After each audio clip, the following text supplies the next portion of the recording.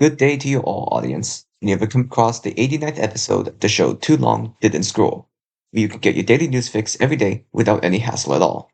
No more long and endless newsfeed scrolling when you have this show. This is the episode for April the 18th of 2023. Happy listening, everyone. We start with another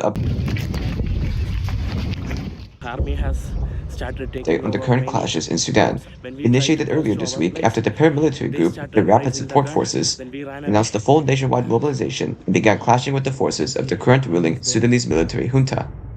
The RSF was originally created by another iteration of the Sudanese government back in 2013 during the war in Darfur.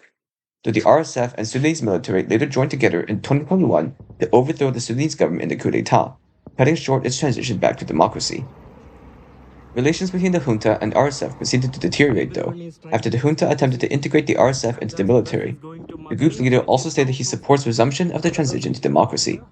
Clashes throughout the nation and in the capital of Khartoum raged on since the 15th. Updates for this day of recording include a warning from the country of India, urging the citizens currently in Sudan to hide and find shelter, while the Canadian government has announced the closure of its embassy in the country. Violence against foreigners, especially by the RSF, has been commonplace since the start of the clashes. So far, at least, but likely well over, 185 non-combatants have been killed in the crossfire. As the Russian invasion of Ukraine continues to trudge on and on, the assault on more regions in the country continues after Russia's somewhat successful, though not wholly, seizure of the city of Bakhmut. As of the day of recording, Russian President Vladimir Putin was observed making a rare visit to some of the currently occupied territories taken by Russia, which are currently active war zones, specifically in the Kherson and Luhansk oblasts. While there, Putin visited some military command meetings and met with military leadership. The two oblasts, while largely occupied by Russia, have been experiencing significant pushback from Ukrainian counteroffensives, to the point of the city of Kherson being evacuated and retaken by Ukrainian forces. Concerning the relations between the United States of America and Mexico, an interesting accusation has been floated as of this day by Mexican President Manuel Lopéz Obrador. Obrador has accused America's Department of Defense of spying on Mexico and collecting data on its armed forces. Such news comes in the wake of revelations of DoD data after the recent Pentagon leaks. Obrador has criticized American intelligence gathering agencies as a quote-unquote abusive, overbearing intrusion, and has since declared that Mexico's military will be moving to classify more of its documents of movements and to restrict the movement of information among the military.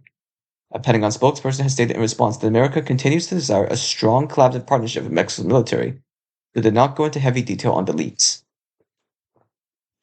In other news, a meeting between Palestinian President Mahmoud Abbas and Ismail Haniyeh, the leader of the Sunni Islam nationalist Palestine-based organization Hamas, both met with the Saudi royal family to discuss improvements in relations among all parties and the current uptick in violence in the disputed West Bank.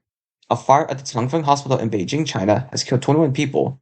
Streaming and entertainment company Netflix has ended its DVD rental service after 25 years, and the European Union's parliament has voted to allow partially recognized country of Kosovo citizens visa-free travel to the Schengen zone by January 2024.